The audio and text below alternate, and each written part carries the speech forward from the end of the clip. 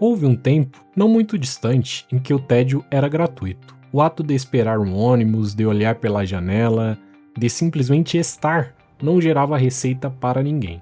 O silêncio mental era um recurso público, abundante e sem dono. Hoje, esse silêncio foi privatizado. Cada segundo em que seus olhos não estão focados em uma tela é considerado pelo mercado uma ineficiência, um erro no sistema, um erro na Matrix, diga-se de passagem. Nós costumamos falar sobre a economia da atenção como se fosse uma metáfora elegante. Não é. É uma indústria extrativista tão brutal quanto a mineração de carvão ou a perfuração de petróleo. Mas, ao invés de perfurar o solo, ela perfura o córtex pré-frontal. O petróleo aqui é a sua capacidade cognitiva. E o que estamos vendo agora, neste exato momento da história, não é apenas o sucesso dessa indústria, é o início do seu colapso. Bem-vindo ao mercado mais volátil do mundo, a sua própria mente. Para entender por que a economia global depende de você não conseguir largar o celular, precisamos primeiro olhar para o hardware. E o hardware é o seu cérebro. O cérebro humano não evoluiu para o mercado financeiro do século XXI, nem para o feed infinito do TikTok. Ele evoluiu para a savana. E evoluiu aqui no sentido propriamente darwinista, tá? De adaptabilidade ao longo dos séculos. Ele opera como um software legado, focado em coisas como sobrevivência e reprodução. A neurociência chama isso de sistema de recompensa. No centro dele está um neurotransmissor que você já ouviu falar, mas provavelmente entende errado. A dopamina. Nós tratamos a dopamina como a molécula do prazer. Erro crasso, ela é a molécula do mais. Ela não te dá satisfação, ela te dá a busca. Quando você vê um ícone vermelho de notificação, seu cérebro não sabe que é apenas um like de um estranho. Para o seu sistema límbico, a parte mais primitiva e emocional da sua mente, aquela luz vermelha é um sinal de aprovação tribal. Na pré-história, ser notado pela tribo significava sobrevivência. Ser ignorado significava a morte. As grandes empresas de tecnologia, assessoradas por exércitos de psicólogos comportamentais, não descobriram isso por um acaso. Eles engendraram o vício. Existe um conceito técnico chamado reforço intermitente variável. Foi descoberto por B.F. Skinner. É basicamente um experimento com pombos, feito na década de 50, que se o pombo bica um botão e sempre ganha comida, ele bica apenas quando tem fome. Mas se ele bica o botão e a comida vem de forma aleatória, às vezes sim, às vezes não, ou seja, às vezes um grande prêmio, às vezes nada, o pombo bica compulsivamente até a exaustão. O seu feed de notícias é a caixa de Skinner. O movimento de puxar para atualizar, o put, o refresh, é idêntico ao movimento de uma alavanca de caça-níqueis. É a incerteza que prende. Será que tem algo novo? Será que alguém comentou? Será que tem um vídeo que desta vez vai ser satisfatório? E é o C que nunca se concretiza. A economia moderna aprendeu a hackear essa falha no seu código biológico. Dados sugerem que o usuário médio toca no celular cerca de 2.500 vezes ao dia. Isso não é uma escolha, isso é um reflexo condicionado. E aqui começa o problema econômico. Quando sua biologia é sequestrada, sua capacidade de tomar decisões racionais, aquelas que os economistas clássicos juram que você toma, evapora.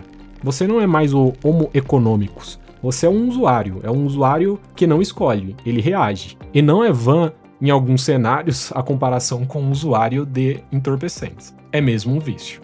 Se a biologia é a matéria-prima, o algoritmo é a refinaria. A maior parte das pessoas imagina que a internet é uma nuvem etérea de informações. Na prática, a internet comercial é uma gigantesca máquina de leilão. Vamos dissecar o que acontece nos 200 milissegundos entre você clicar em um site e a página carregar. Nesse piscar de olhos, ocorre um processo chamado Real Time Buying, o RTB. Dezenas de empresas analisam o seu perfil instantaneamente, sua idade, sua localização, o que você comprou ontem, quanto tempo você parou na foto daquele relógio de luxo e até a probabilidade estatística de você estar deprimido ou ansioso hoje. Com base nisso, elas dão lances. Quem pagar mais ganha o direito de colocar um anúncio na frente da sua retina. É fascinante e aterrorizante ao mesmo tempo. O seu globo ocular é vendido centenas de vezes por dia em um leilão invisível e você nem recebe uma porcentagem da transação leiloada. O objetivo desse sistema não é entregar o que você quer, o objetivo é maximizar o tempo de tela. É uma distorção perversa. Emoções negativas retêm a atenção por mais tempo que as positivas. Estudos de análise de sentimento em redes sociais mostram que posts que geram indignação, medo ou inveja têm taxas de engajamento significativamente maiores do que as boas. O algoritmo, que é agnóstico moralmente, aprendeu uma lição simples. A raiva é lucrativa, os polos sempre vencem. Isso cria o que chamamos de bolha de filtro, mas como um agravante financeiro. Você não vê o mundo como ele é, você vê o mundo curado para manter seu sistema nervoso em estado de alerta constante. Historicamente, a publicidade tinha limites físicos. Um outdoor na estrada, um comercial na TV, quando acabava, acabava. Hoje o inventário é infinito. O feed infinito removeu os sinais de parada. Não há fim da página, não há fim da transmissão. Isso gerou uma inflação de conteúdo. Para competir pela sua atenção fragmentada, o conteúdo precisa ser cada vez mais curto, mais chocante, mais saturado. O resultado é a morte da nuance. E na economia, a morte da nuance é o nascimento da volatilidade. Mas o que acontece quando essa maquinaria de persuasão em massa é apontada não para vídeos de gatinhos, mas para a sua carteira? Durante décadas, a teoria econômica baseou-se na ideia de que a demanda gera oferta. Você precisa de uma cadeira, o mercado faz uma cadeira. Você precisa de uma mesa, o mercado faz uma mesa. A economia da atenção inverteu essa lógica. Agora a oferta cria demanda, explorando vulnerabilidades psicológicas para fabricar necessidades em tempo real. Vamos falar sobre o fenômeno da fricção zero. No passado, gastar dinheiro doía, fisicamente. Você tinha que contar as notas, assinar o cheque, digitar a senha. Essa dor, conhecida na economia comportamental como a dor do pagamento, servia como um freio regulador. A tecnologia eliminou a dor. Com o One Click Buy, o Apple Pay e o reconhecimento facial, gastar dinheiro tornou-se neurologicamente idêntico a dar um like. O freio foi cortado. A barreira da compulsão foi extinta. Observe a ascensão do Buy Now, Pay Later, compre agora, pague depois, para uma geração que não consegue comprar imóveis devidos aos preços. O consumo de curto prazo vira uma terapia de validação. O algoritmo entende seu eu ideal, ele sabe que você se sente inadequado. Então ele lhe mostra influenciadores, ou pior, influencers, que parecem ter decifrado o código da vida perfeita. A inveja sempre existiu, mas ela era local. Você tinha inveja do vizinho que comprou um carro novo, do primo que comprou uma jaqueta da moda, mas hoje você compete com uma vitrine global e editada. A ansiedade de status foi globalizada. A ironia cruel é clássica, é que compramos coisas que não precisamos, com dinheiro que não temos, para impressionar algoritmos que não se importam, na esperança de preencher um vazio que a própria tela criou. Isso tem um efeito macroeconômico mensurável. A queda da taxa de poupança e o aumento do endividamento das famílias em itens de consumos não duráveis. Estamos trocando segurança financeira futura por dopamina imediata barata. E isso vai além do consumo de varejo. O mercado financeiro foi gamificado. Aplicativos de investimentos soltam confetes digitais quando você faz uma operação. Isso para não falar do solta a carta tigrinho. A complexidade do mercado de ações foi reduzida a uma interface de cassino. O resultado?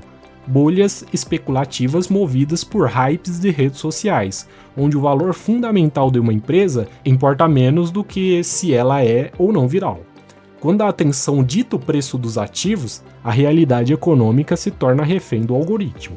Se no lado do consumo a atenção é um ativo sendo explorado, no lado da produção do trabalho a atenção é um recurso que está se esgotando. Estamos vivendo uma epidemia silenciosa de déficit de atenção adquirido, e isso está custando trilhões à economia global. Vamos analisar o mecanismo do custo da troca, switching cost. Toda vez que você é interrompido por uma notificação no trabalho, um e-mail, um Slack, uma mensagem no Teams, um WhatsApp, seu cérebro não volta imediatamente para a tarefa anterior. Pesquisas da Universidade da Califórnia mostram que leva em média 23 minutos e 15 segundos para retomar o foco profundo após uma interrupção.